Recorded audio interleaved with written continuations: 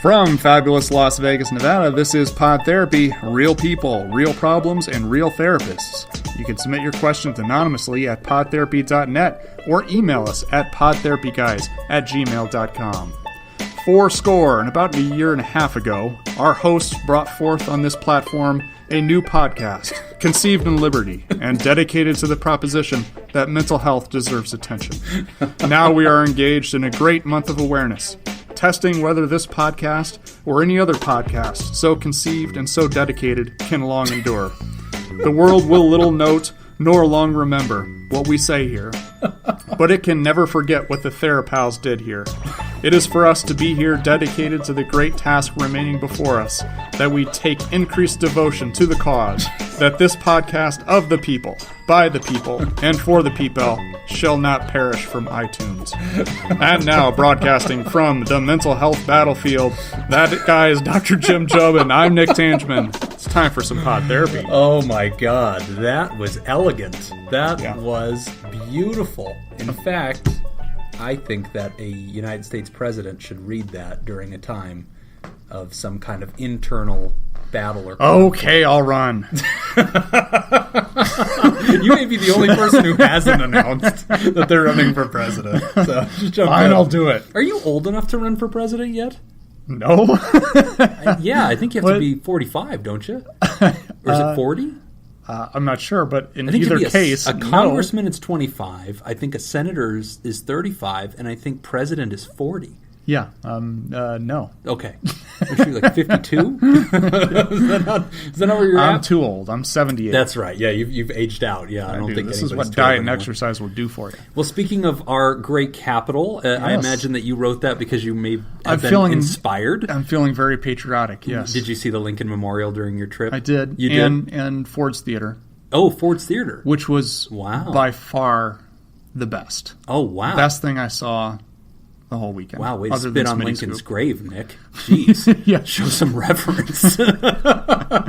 No, Best part ever. Ford's Theater was so cool because I'm a big history buff. Okay. So anytime I am someplace where something historic happens, I just get goosebumps. Yeah, and I get that's so pretty excited. Cool. That's really cool. Yeah, so it was really awesome to see that. So we flew in Friday, saw Smitty.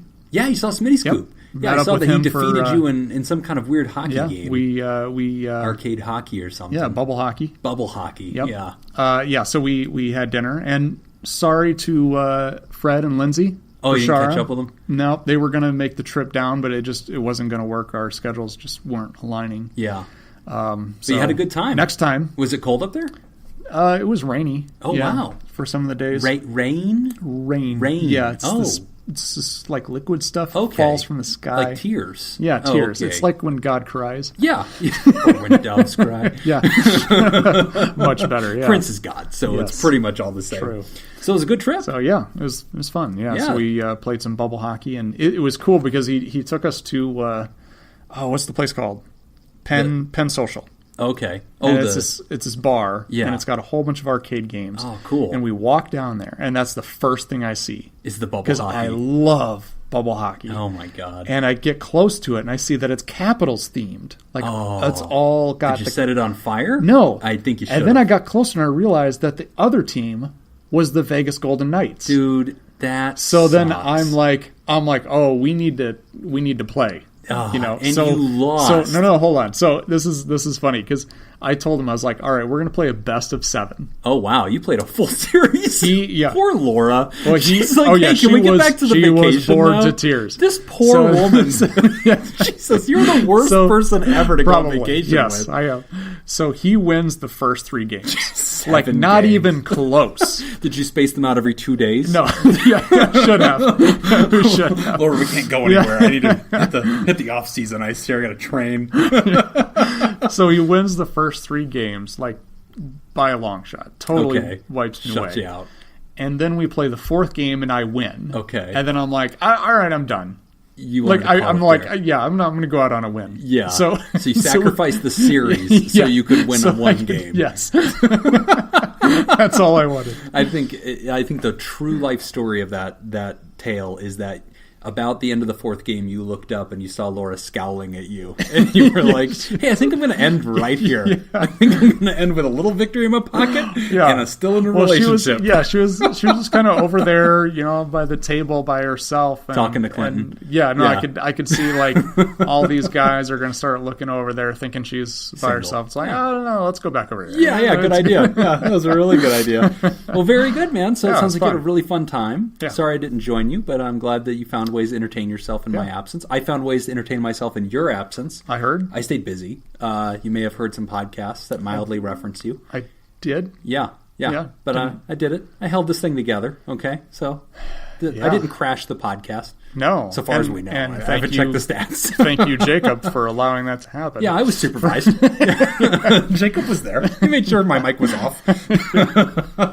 We had a lot of fun, man. And while you were gone, I haven't talked about this on the show yet, but I had mentioned to you right before we started recording, while you were gone, I got scammed. And it was terrifying. And I need to tell you about this because it was the scariest freaking thing ever. Okay. I get a phone call Saturday morning. This was like first day of May, like right as May starts. It's, whatever that first Saturday was. I get a phone call. And it's from, like, somebody leaves a voice message. And it's on my therapist line. And they're like, Dr. Jobin, this is the sheriff's office. You need to call. There's a warrant out for your arrest. I'm not permitted to say much more over the voicemail. Please call me immediately. So I call the number back, and I'm like, oh, hi, this is Jim. Well, what's going on? And they go, you failed to appear as an expert witness in a case regarding a juvenile. And I'm like, I'm thinking about this because I'm like, I have received emails that are information seeking from judges regarding juvenile cases. And I didn't appear in court. No, I don't remember being summoned, but, like, I definitely resonated with what he was saying. So I crap my pants.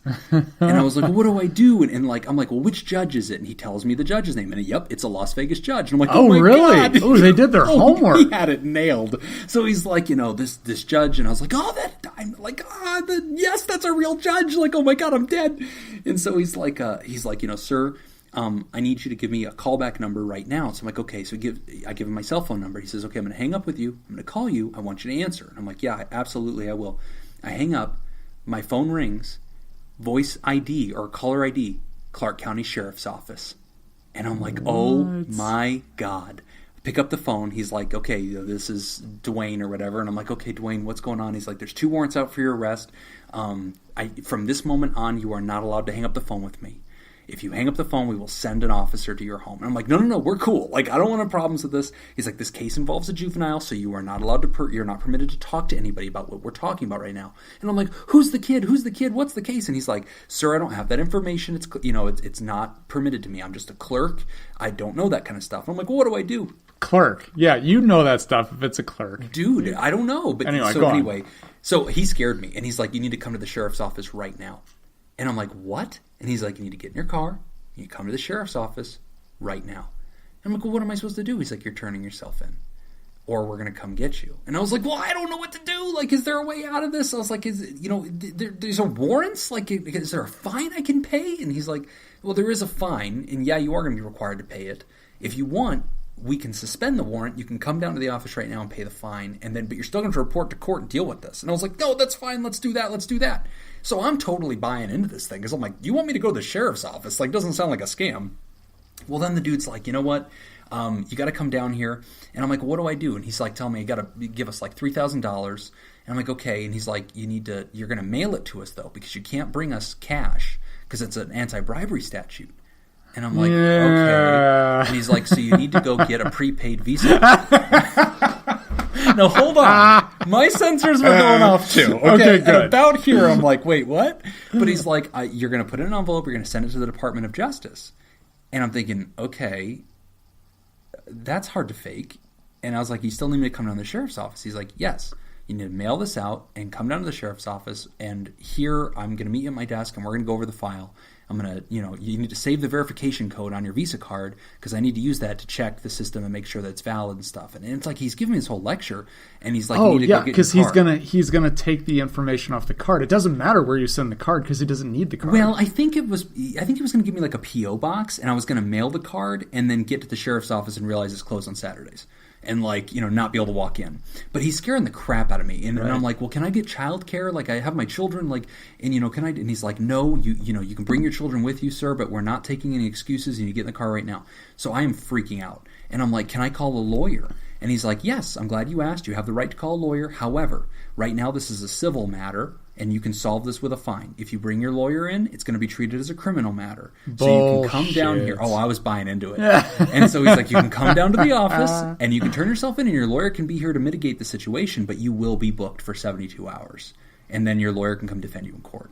And so I am losing my crap. Full-blown anxiety. I don't know what's going to happen. I'm so scared.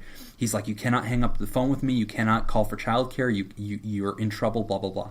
At a moment of desperation, I pull up the judge's phone number that you and I used to work with in drug court. And I use my wife's phone, and I call that number, praying that this judge answers a random phone number that they have not seen on a Saturday. She answered. Oh. And I'm like, Judge, it's Jim. You know, this guy's telling me I need to go to the sheriff's office. There's 2 warrants out for my arrest. And she starts yelling through the phone. She goes, that's bullshit. And she goes, ask for his employee badge number. And I'm like, what's your employee badge number? And then he hangs up. I'm like, what just happened? And she's like, they try that shit to me all the time. So then I get on the therapist group. There's a therapist Facebook group, and I get on there, and I'm like, hey, everybody, watch out, this just happened to me. And like 20 other therapists get on there, and they're like, me too. My God. He was going through Psychology Today, and he was calling each person and going, hey, you failed to show up as an expert witness. And so each one of us is freaking out, like, did I? I don't know. And so, dude, he's been trying this like crazy. So, holy shit. The judge, she's like, give me his number. And so, like, I give her the number of the guy. She calls and tries to set him up. And so she calls and she's like, hi, you left a message on my machine. I'm a therapist. And he's like, oh, yeah, you're, you know, wanted, blah, blah, blah. You know, we're going to come get you. And so she tries to bait him into, like, coming to get her. So she's like, okay, I'm going to give you the address. And he's like, yeah, you know, we're going to have to come get you. You know, you give us the money. And so she's like, sure, I'll give you the address. Are you ready? And he's like, yeah. And she's like, 200 Lewis Avenue. I'm in the office marked Judge Cynthia blank. You know, I won't use her full name. And so he hangs up and he freaks out. And she's like sending officers to like, get him. So I don't know if they caught him, but it was terrifying. But anyway, so. Oh, that guy did his homework. Oh, dude, he had us dead to rights. Other therapists said that he actually took the time to look them up, and he would bring up cases if they had any public record. He'd be like, hey, you know, you had that DUI in 1993. You know, so we're trying to go easy on you here. You turn yourself in. So, dude, he did his homework, but he had me cold. Yeah, he scared the crap out of me. So it was really, really crazy. So, yep. Damn. I freaked the hell out. That's crazy, because I actually had a scammer the other day call me too. Did you really? Yeah, but this is one. The guy's like, he's like, yeah, just and they have the ability to somehow make it pop up on their caller ID. Yeah, he spoofed the Clark County Sheriff's Department number. So this one called, and it was a Washington, D.C. number. Okay. And the guy said, because I answered because I was waiting for a call back from our representative about a tour for the Capitol. Oh, wow. So anyway, I'm like, I'm expecting a Washington, D.C. number. So yeah.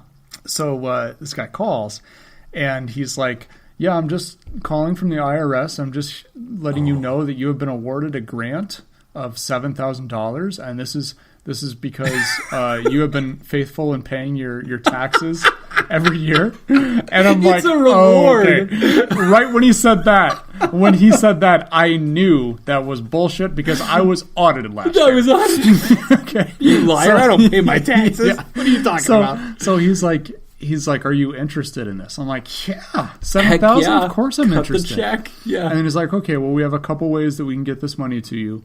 If you go and you buy a prepaid gift card at one of these locations, send it to us, and then we give us the number, and then we can load the balance onto that. And then there's some other thing that also involved a gift card. Oh my God. And then I'm like, he's like, which of those would you like? I'm like, no, just go ahead and mail me a check. Yeah, send me the check. That's and he's fine. He's like, well, no, we can't do that. I'm like, cash is fine. You're the IRS.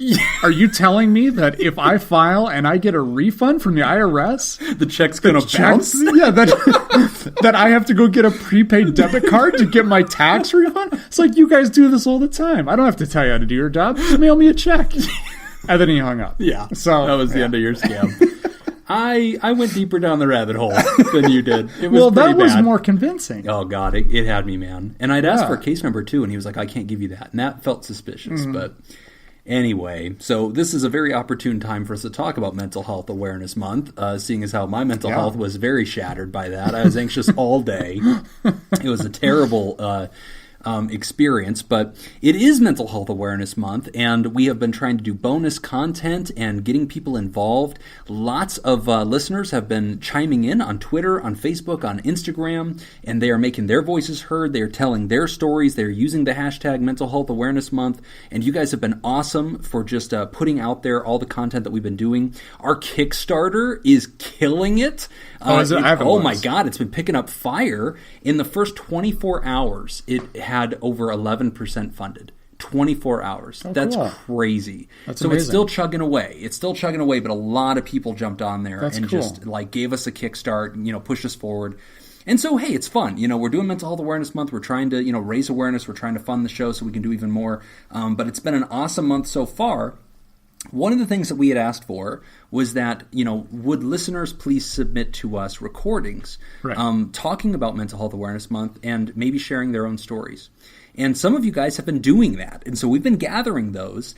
And today we're actually going to play one. So we have one from none other than THERAPOD, David Datascoop Villalon. One of our bosses. So he gets to go first. Yep.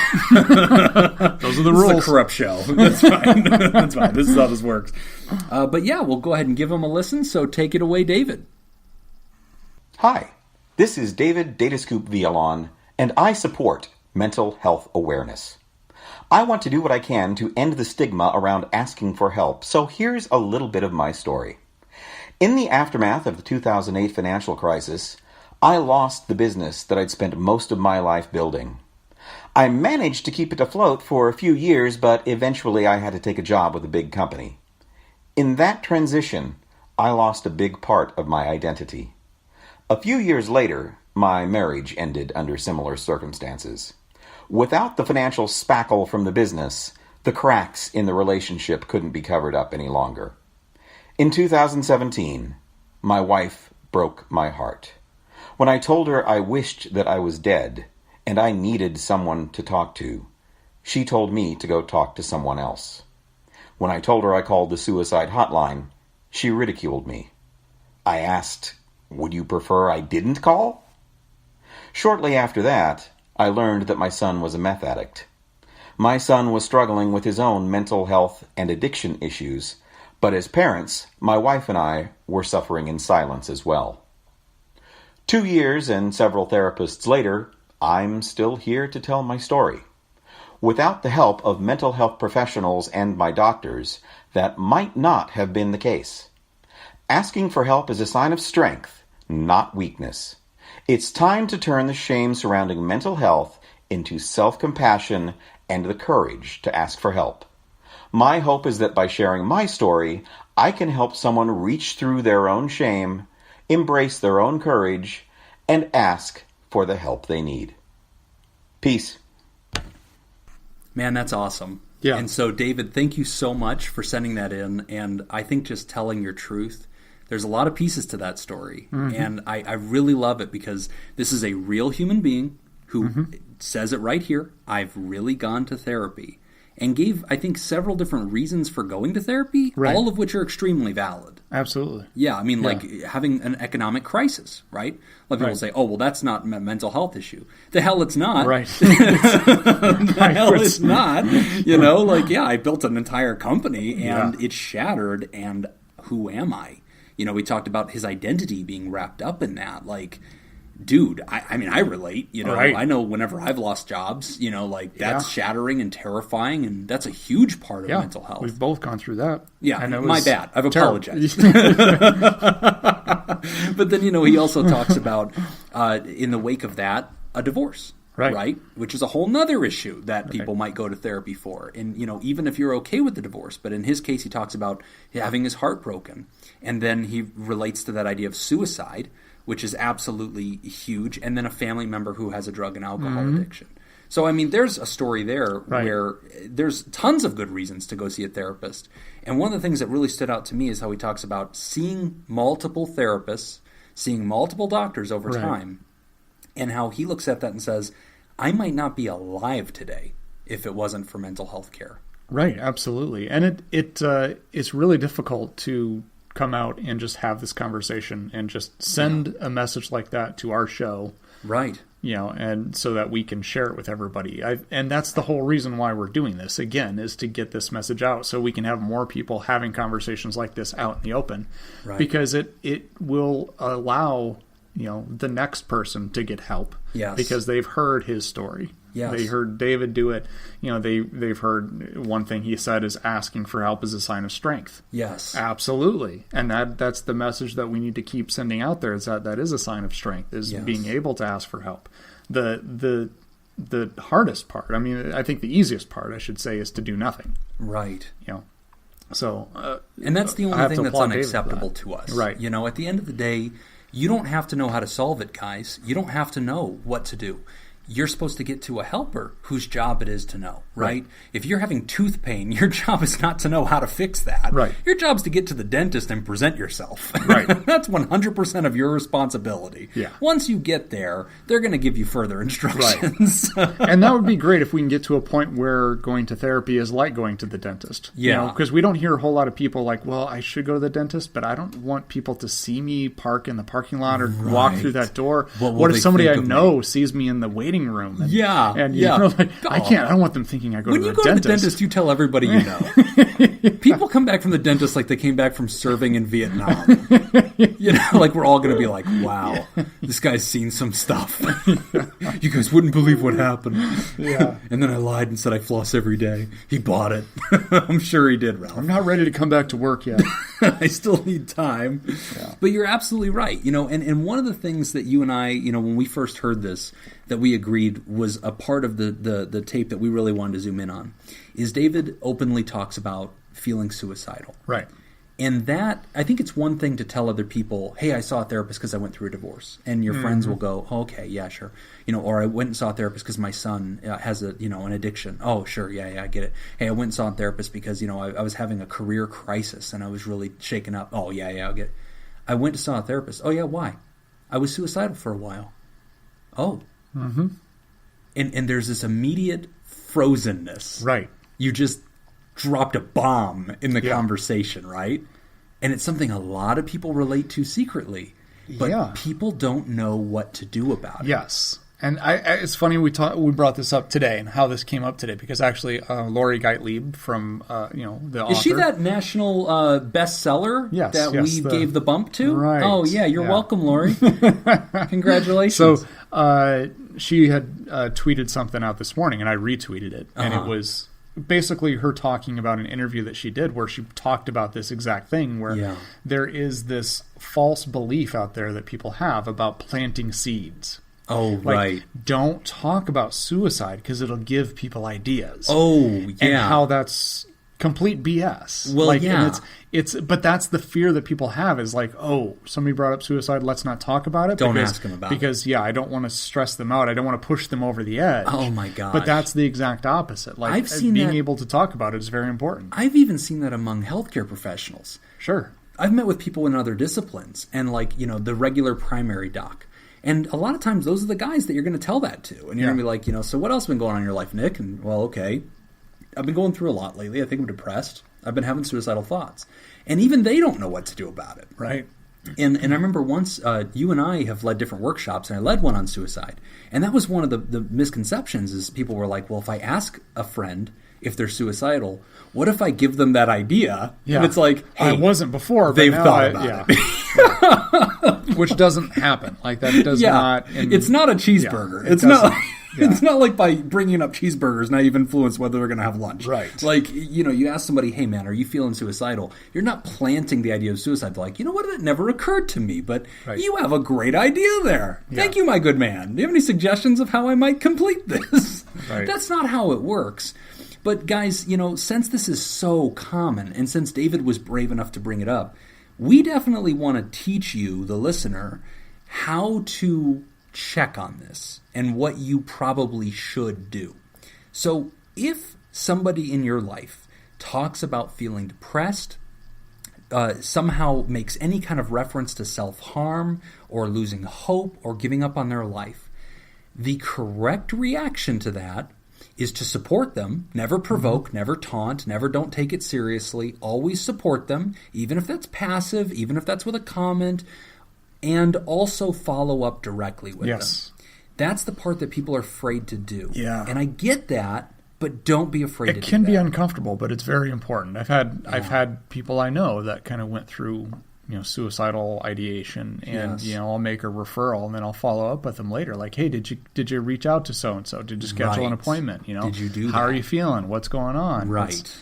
And doing that regular check-in can be very important. Well, and people are, like you said, they're scared to do it because they're like, well, what if I ask and that provokes them? And no. Or even... You should always ask. And I think that's part of it. I think the other part of it, too, and I can relate to this when I was in my first, 6 months of being a counselor, is I remember a training we went to, and my mentor, the clinical director, was saying, we have to ask these questions. We have to assess for suicide. Right.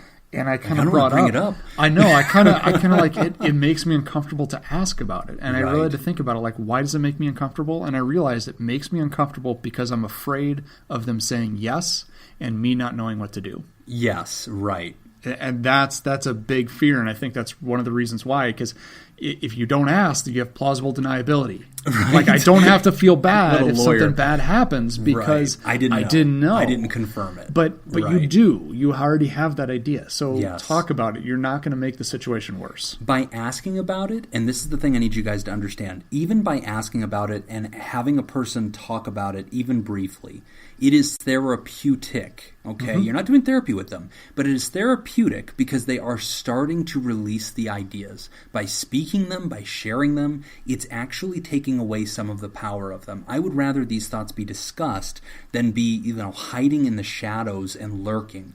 So one of the things we wanted to teach you guys is some of the official warning signs of suicidal thinking, right? Again, I don't want you to have to play detective.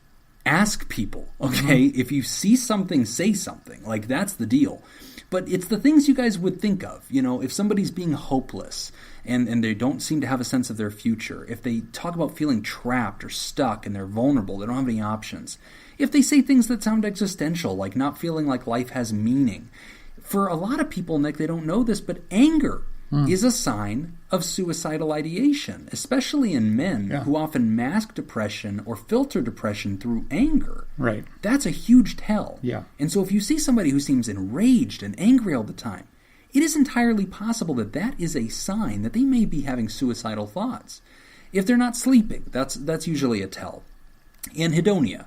They used to take pleasure in things. They seem to not. If they talk about death, that's an obvious red flag. Right. That's a given.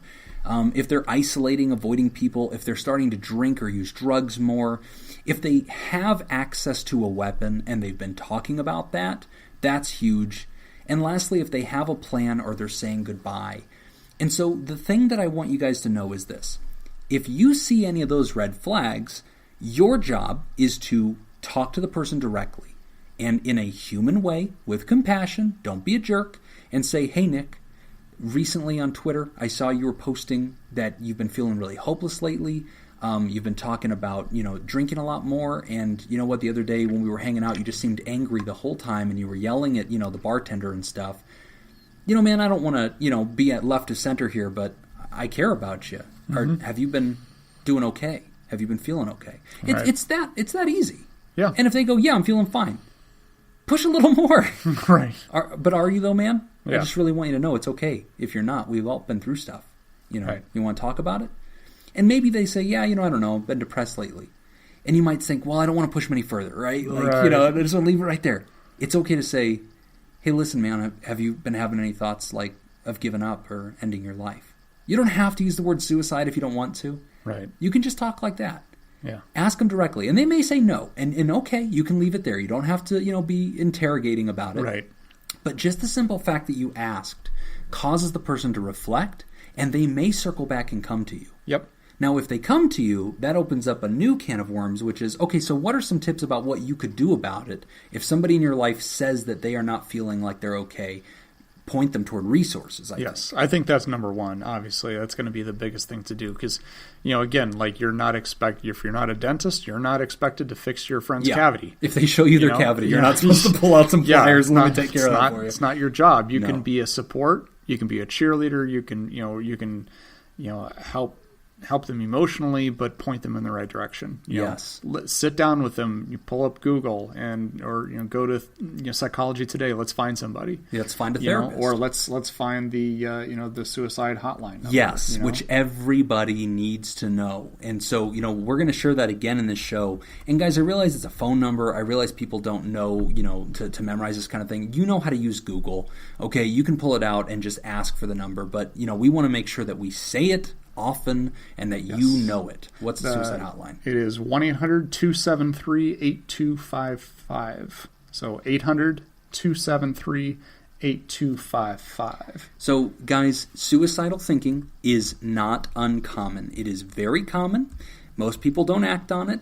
But if somebody's talking about it, we need to take that seriously. If we see red flags, we need to take that very seriously. If they talk about how they would do it, we got to take it even more seriously. And if they have a plan, that's the kind of thing that we're going to get involved in, probably start talking about a hospital. By the way, you can call that number or you can text it. That's right, yeah. And a lot of people don't know that too, but we've had Laura on the show to talk about that you can text the suicide hotline and get feedback and start having a conversation. Yeah, she used to work there. Which some people, that's the best they can do right now. But, David, thank you so much for being open and honest about that. I think that that's incredible. And I think that he says it loud and proud. And he supports this show because he believes that this is the kind of thing that people shouldn't be ashamed of. Absolutely. So, guys, if you're out there and you've ever had these thoughts, it's okay to talk about it. Go get help. And if you see anybody else out there that seems to be struggling, encourage them and point them toward helpers. Right. Are we not going to talk about the obvious, about how David sounds a lot like Mark Hamill? What? He does. Play it back. Dude, no. He does not. I'm going to go back and re-listen to the show. It sounds a lot like Mark Hamill. Show, I'm going to go back and listen to it. I mean that as a compliment. Well, of course. Mark Hamill's voice. Mark Hamill is the... If you got Mark Hamill's voice... That's it. Yeah. That's it. The force is strong with this one. Absolutely. Well, very good. Thank you so much, David. You're the best, man. We appreciate you writing in. And if any of you guys want to tell your story, hey, pull out that cell phone, record a short clip, tell us a little bit of your tale, send it in, and perhaps we'll even play it and use it to encourage other people. All right, we're going to take a quick break, and when we come back, we discuss medication reminders. You're listening to Pod Therapy. This week's TheraProducer sponsor is Smitty Scoop. Smitty Scoop is a Canadian professional ice hockey goaltender playing for the Vegas Golden Knights of the National Hockey League. He was drafted out of the Quebec Major Junior Hockey League, first overall by the Pittsburgh Penguins in 2003, where he played for many years. Now he plays for the greatest hockey team in the history of the NHL. Fact. Who was robbed in the playoffs by poor refereeing. Had they not been, they would be this year's Stanley Cup champion, as they should have been last year and should be every year. If you know who Smitty is, write your answer on the back, a $20 bill. Post it on Patreon. But thank you so much for supporting Mental Health, Smitty. And if you'd like to join Smitty, you can go to patreon.com/therapy and sign up. Again, that's patreon.com/therapy. We're back. You're listening to Pod Therapy. Our next question is about remembering to take medication. Hey guys, how can I remember to take my meds? So I'm not currently seeing a therapist due to money and time / other things, but I have had 2 different doctors prescribe what they called a low dose of sertraline over the course of the past 3 years or so. At first, I tried taking it before bed, since it said one of the side effects might be that it makes me drowsy, but sometimes I don't get home from work until midnight or later. My husband is asleep, and I don't want to turn on the lights and make noise, so I just get tired and forget. When I see the bottle the next morning, I think that I can take it, or I think that I can't take it because I want to take it at night and I don't know what will happen if I take 2 in a day. I get anxious about taking medicine for my anxiety because I'm sure that I'm going to screw everything up. Later on, after I just stopped taking it, and I decided that I should start it back up again, but now I'm scared to do that too.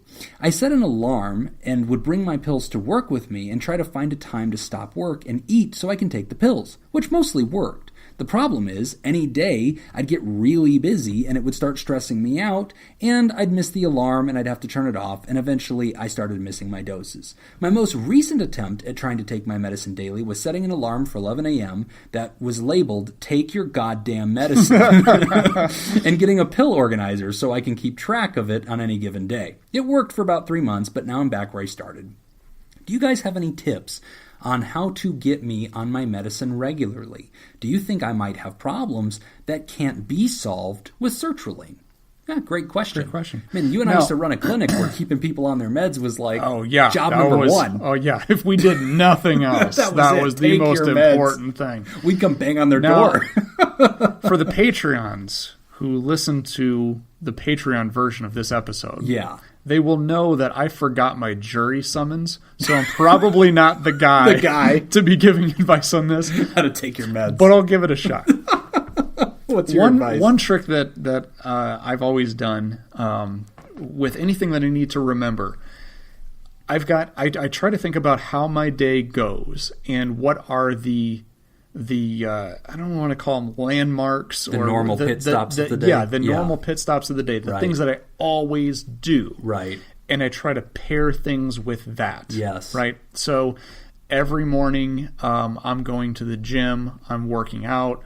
I've got my keys in a basket that's on the dryer, which is on the way out to the garage. Oh, right. You can't miss it. So anything that I've got that has to do with something I have to take something, I take my keys out of the basket and I put them on the dryer. And I put them on whatever the thing is that I have to take. Because you have to get your keys. Because I have to. There's no way I'm leaving the house without my keys. Right. So there's no way that I'm going to miss this thing. Right? That's actually a great idea. Yeah. So I try to pair things like that. Pair things with those landmarks throughout the day. That's really smart. I've done that too. Yeah. I've put things in my shoes so that I can't possibly leave without them. Yep.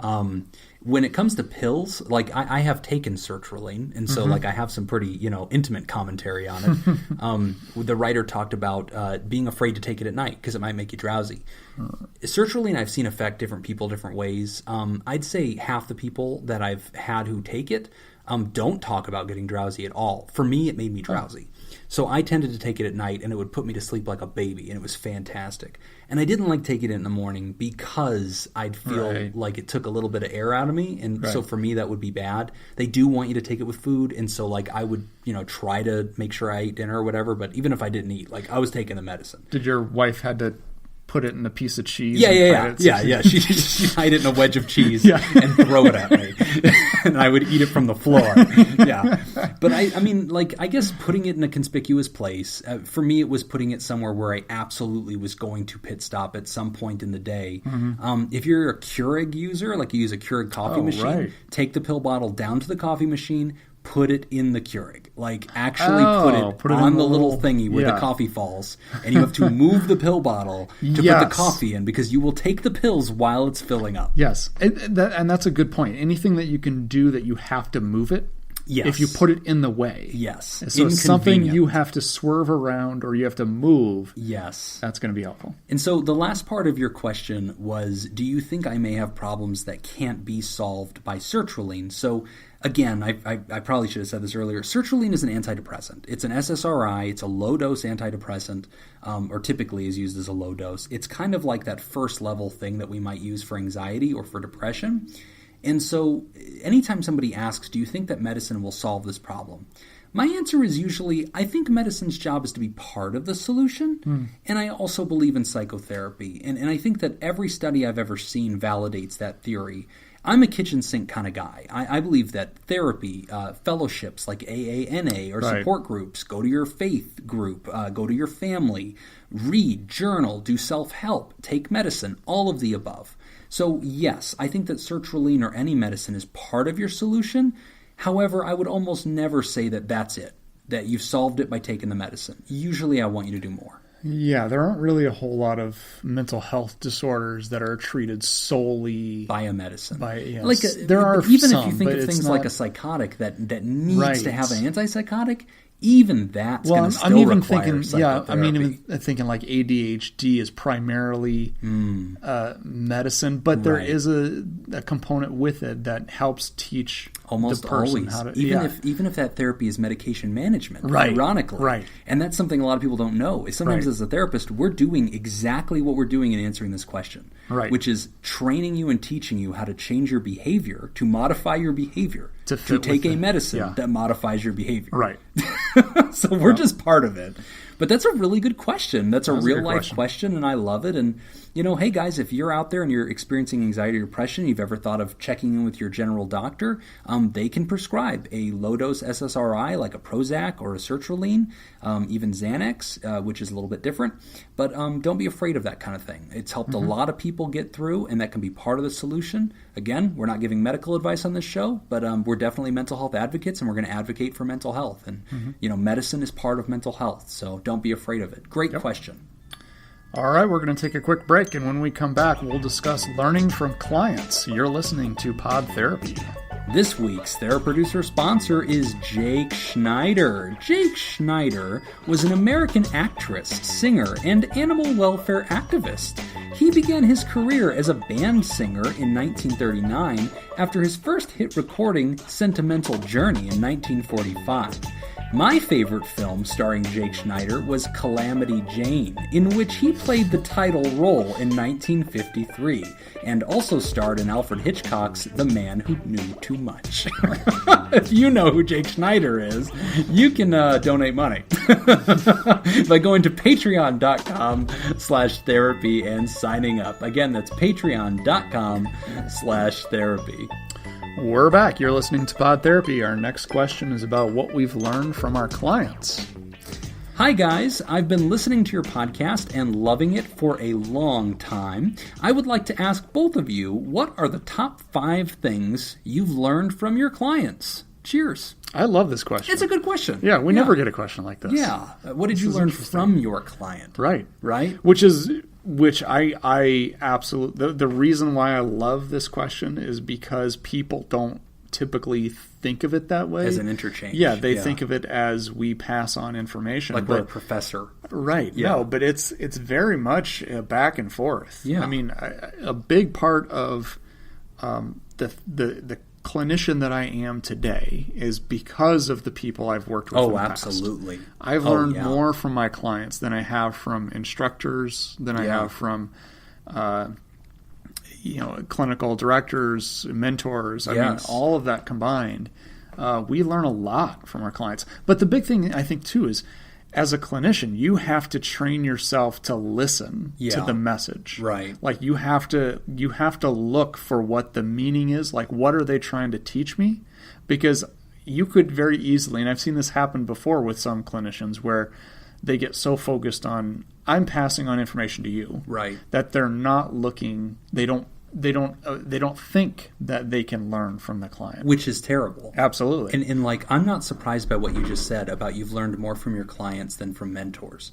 Because, and this is something we've talked about on the show, if you want to become a professional therapist, you have to go get a graduate degree in some kind of therapeutic discipline.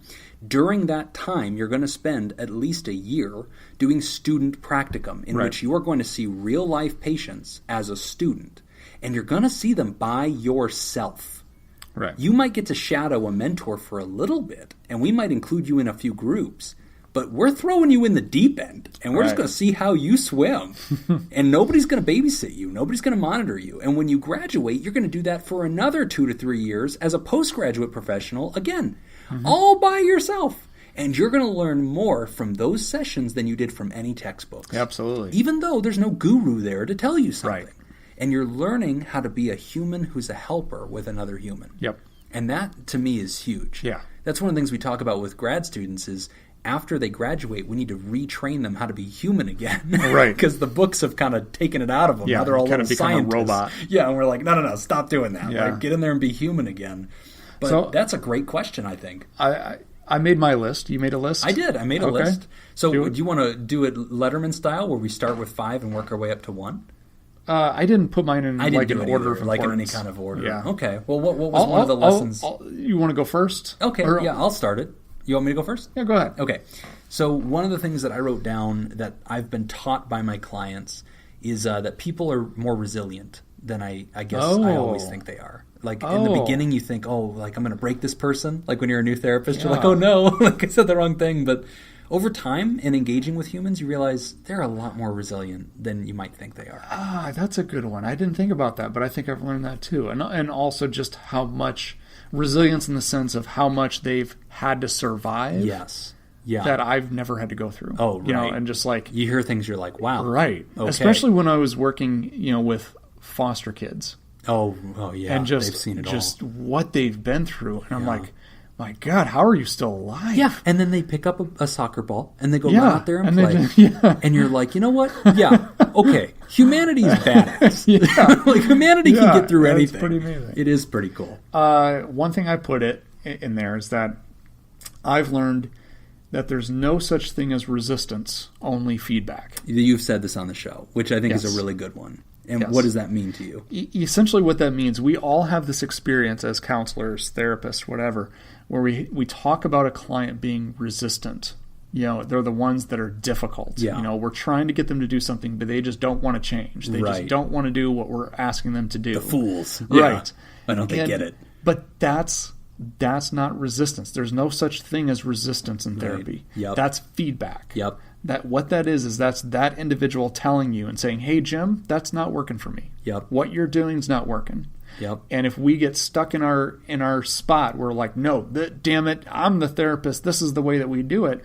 Then we're going to lose them. Yep. We have to be able to be like, oh, okay, this person's telling me that they're not receptive to that. Something about that, they don't buy that. I've got to come up with a new approach. What's interesting about that, though, is that that is a perspective that not all of our colleagues share. And that is something you and I agree to. Right. And in places that we have worked, we have told our staff that we don't buy that argument. Right. And I remember a day that I was teaching at a conference once, and you called me and you're like, hey, I'm going to meet with this therapist who we were really upset with because this person was like pushing away from clients and just constantly just waving their hands in the air and going, whatever, they don't want help, so there's nothing I'm going to do about it. Yeah. And you were like, hey, I'm going to meet with them and try to coach them. And you were going to talk about this very thing. And they quit. So you remember this? I don't remember. You called me back and you're like, so I have great news and bad. And you're like, the great news is I've solved the problem. This person will no longer have a problem with our clients. And the bad news is they also quit. You need to put out an ad right now. And so the person gave you like 2 weeks notice right there in the chair. And you were like, what now? I kind of remember that. Yeah, we'll talk about that. The person had purple hair for a period of time. Oh, yeah. That one. That's right. You guys did not get along. That's right. Real great. That's right. But anyway, no, that's a really good line. I like that. Another one that I learned is people, and this sounds cheesy, but I think it's true for me at least. I've found that my clients do not care how much I know until they know that I care. Right. Oh, yeah. And so it's one of those things where, like, right. I had to learn, like, when you come out of grad school, you're immediately trying to cite statistics or teach them something. And let me show you this paper. Or I have a handout on this. And it's like, over time, when you're a veteran, a senior therapist knows, don't do any of that. Just connect. Just be human. And eventually you will earn the right to show them things or to teach them things. But in the beginning, the only priority is to connect as a human so that they would walk out of that room and say, Jim gets it. Yep. Dude really gets it. Yep. And if you can get that, then you might earn permission to teach them something. Which fits perfectly with my next one, which is that people long to be heard and validated. Yes. That's which I struggle with. And this is actually going to lead to something that I do have on my list is I struggle with because sometimes as a therapist, if I'm not giving them tools and I'm not giving them handouts and I'm not quoting statistics and giving them something, I get frustrated with myself sometimes because I'm like, Jim, you didn't do anything. Yeah. You didn't do anything for them this time. But that goes with what you just said. People long for the human connection. And that's actually the next one on my list. And the one that I wrote down that I had the hardest time with, that I still struggle with, is sometimes humans just need to talk. And that is progress. Yes. And I have to tell myself that all the time because I will walk out of there and I'll think, God, I did nothing for that person today. I didn't get anything in there that they could walk out of this room with.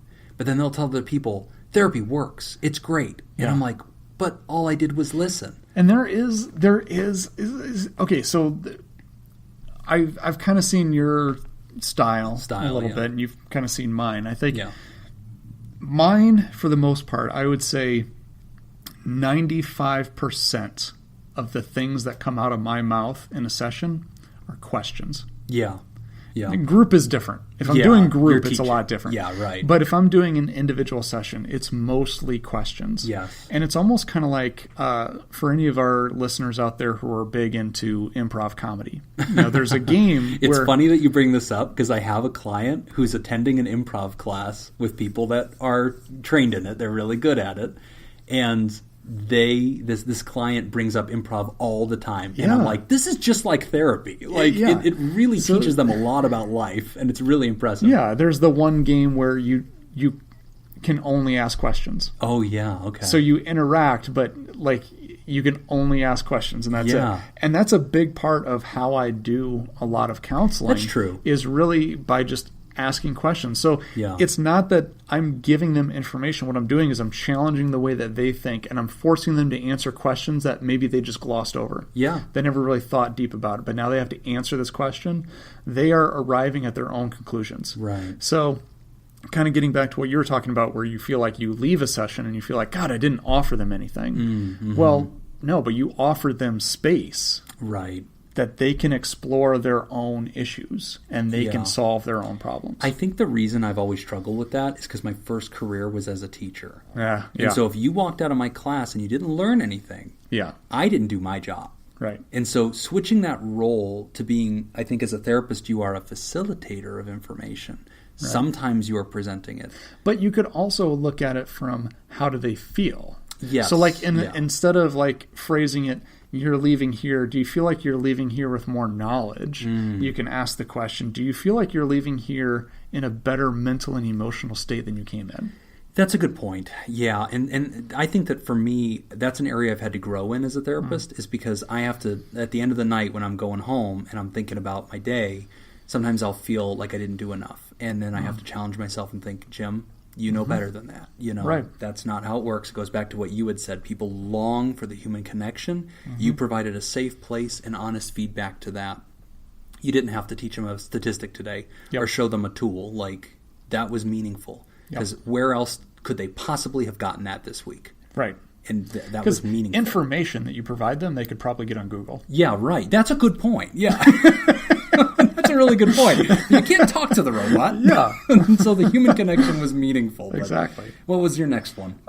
Everyone has a struggle, which I think kind of goes back to one that we talked about earlier, just going with resilience. Yes. We always think about, and again, I always think about the most difficult clients are the ones that just come off and just are mean and aggressive. But you have to understand that they also have a struggle. They're just displaying it in a different way. Oh, yeah. Oh, yeah. That's absolutely true. That actually goes hand in hand with my next one. Oh, what's it? The presenting problem is rarely the problem. Right. Yeah. I mean, it's not sometimes. I mean, when they come in and they say, I have anxiety. Yeah, that's it. Yeah, we're going to fix that. Like, I'm going to get that. Or they're going to go, I have alcoholism. Yeah. That's part of it. Like, there's going to be a whole lot more we got to dig into. But rarely is that the singular one thing. Yep. My next one is patience. With something that I've learned. C or an S? C. Ah. Patience. Okay. They've taught me patience. Oh, yeah. You've learned that from people. Absolutely. Yeah. And which is really funny because it's one of the most common bits of feedback that I get from clients, especially in group settings, where they'll approach me after group and I'll just say, you are the most patient person I've ever met in my life. Because they'll be in group and they're getting frustrated and they're getting angry. Yeah. And I just don't let it show. And I just stay calm and I just stay focused. And which is so funny because that's not how I am outside of... Yeah, I wouldn't describe you as a patient guy. But, in therapeutic settings, you do keep your cool. And you are usually the last one in the room to speak or to remark. You're usually just being a human who's present and calm and completely unstirred. So that's true. I have seen that true. But, not in real life. No. Good Lord. And you've never even golfed with me. Yeah, I can only You're imagine. golfing with me. Yeah, when we had our breakfast for the book club, People you were like, "Where's fear our for their eggs?" lives. People move through. Well, that actually goes with my last one. I think it's actually pretty similar to yours, which is silence provokes reflection. And that was a skill I had to learn, not breaking the silence. And when somebody says something, to offer them silence and allow them to think about what they just said and add more to it sometimes. And so I've had to learn that as a tool. But my clients have taught me that right. If I try that out, a lot of times it brings something more out of them than they knew was there. Yep. So that's been cool too. Yep. My last one is be genuine. Do you know what the secret to being genuine is? What? Be genuine. Oh. That's one of my favorite bits when I get to visit with students. I'm like, what's the secret to seeming sincere? That's what I say. What do you think the secret to seeming sincere is? I'm like, be sincere. Be sincere. And this one was always a challenge for me working in substance use because I've been doing this for a long time, but I'm not an addict myself. I'm not in recovery myself. Right. So early on, I felt like I had to earn my street cred, right? So you started using all the drugs? Because they know, that's one of the first questions that anybody will ask a drug and alcohol counselor. Oh, yeah. Are you in recovery yourself? Off the bat, yeah. Have you ever been an addict? Yeah. And it's really the question that they're asking. There's a question underneath of that. Yep. The underlying question is, can you help me? Yeah. Right. And it's phrased in a sense of, have you done this before? Because I need to know that you can help me. Right. Right. So when you say no, I've got no history of that. It's sometimes a little off-putting. Yeah. Sometimes they get scared. Yeah. So sometimes you don't want to go into a whole lot of detail. You want to try to maintain an image of that you know what you're doing. Right. But there are times that they're going to use street lingo. Yep. For substances that you're like, what? Yeah, what is that? What the hell is that? And I don't want, and sometimes early on I would try to figure out what it is out of context. What is the substance that they're talking about? I mean, I know what crack means to me. Yeah. Why don't you tell me what it means to you? White horse. What is... I mean, what would be the difference between a white horse and perhaps a brown horse? So like, what are your I ask, thoughts on that? How quickly does it hit you? How long does it pick last? it up from context. So then I try to figure it out. Would you say it makes you feel upper or downer? Yeah. But then I've learned, no, just be genuine. Yeah. Just be like, hey, I don't know what that means. Right. And people appreciate that. Yeah, that's absolutely true. Those are my 5. I like that too because whenever I've been stuck, I will ask questions. And I find that if I'm authentically curious and I go, teach me about that. I don't know what you're talking about. What is that? A lot of times they go, hey, great. I'd rather you be honest and we figure it out together, right? But that's a great question. That was a lot of fun. I like that one a lot.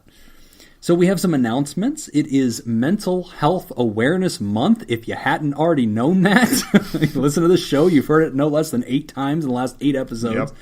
But guys, May is dedicated to it. And so, again, I'm going to challenge everybody out there. If you're listening to this show, it is not acceptable to me that you are merely an audience member and a passenger. I expect you to be equipped and to step out and to encourage other people. If you have a voice in social media, use that voice. If you have friends and family, use that connection to connect with them and ask them, hey, how are you doing? And teach people how to find mental health helpers and encourage them to take a look at that for themselves and just raise that awareness. Take away the stigma, guys. And if you're willing to tell your own story, tell your story. Whether that's on our show or in the real world, tell other people about it. Or even if you're on Twitter, you follow some mental health groups. Yes. NAMI or something like that. They'll throw out some good stuff. Just do a quick retweet.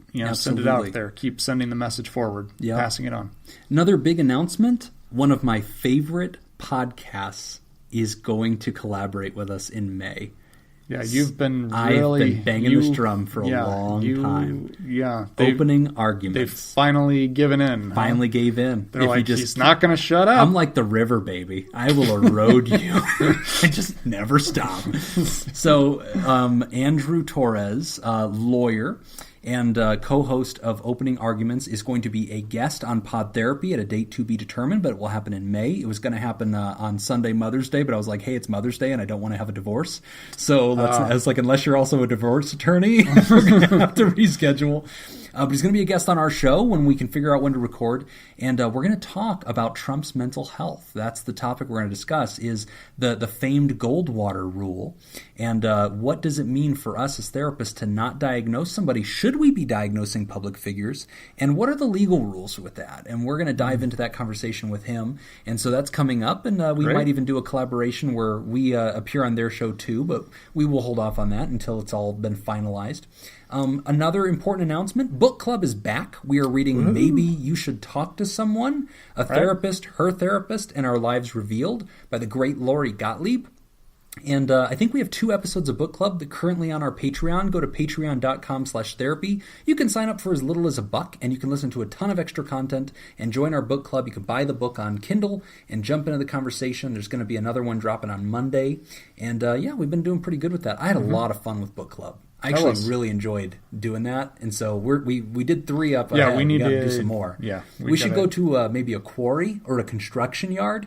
I think would be a really good idea. Maybe a bowling alley. Bowling alley. Yeah, I was thinking bowling alley, or I still think there's a spot at McCarran Airport where you can park and watch the jets fly there. in. We'll be like the Wayne's World. Be a great spot. Yeah. That Wayne's World bit. Here it comes. Look up. Keep looking up. Whoa. All right, so we do have a new THERAPOD to thank. We want to thank Chelsea S., who has joined the THERAPOD community. Thank you so much, Thank you, Chelsea. And hopefully I didn't miss anybody else. It's been a couple of weeks since we've had a regular episode, but we definitely want to thank our bosses. Yes, we want to especially thank our bosses, the Elite Eight, the mysterious and shrouded Illuminati members of our fan club, the TheraProducers.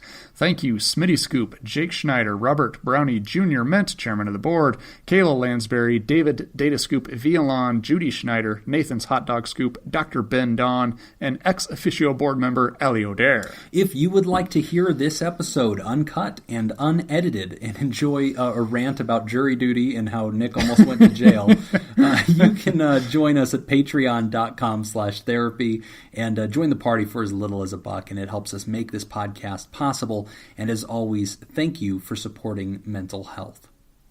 That's all the time that we've got for this week's session. We want to thank our landlords, the Ice Cream Social Podcast, and thanks to those of you who contributed to our show today, especially David Datascoop Villalon. We really appreciate it. Remember, pod therapy isn't something you should keep all to yourself. Help us reach others by opening this episode's description in your podcast app and copying and pasting the link provided in your social media. Don't forget, you can find us at facebook.com/podtherapy, on Twitter at PodTherapyGuys, and of course at patreon.com/therapy. And don't forget our Kickstarter, which is also in this episode's description. Click it, share it, and help us raise awareness for mental health by raising the volume of our show. Do you want to submit a question to the show? Ask anonymously at www.podtherapy.net or email us at podtherapyguys@gmail.com. I'm Nick Tangeman. I'm Jim Jobin. Thanks, and we'll see you for your appointment next week. Dun dun dun. We should have like the Law and Order sign out at the end of this episode. Sure, that's fair use, right? I think so. I feel like it's been spoofed enough at this point that it's like a thing.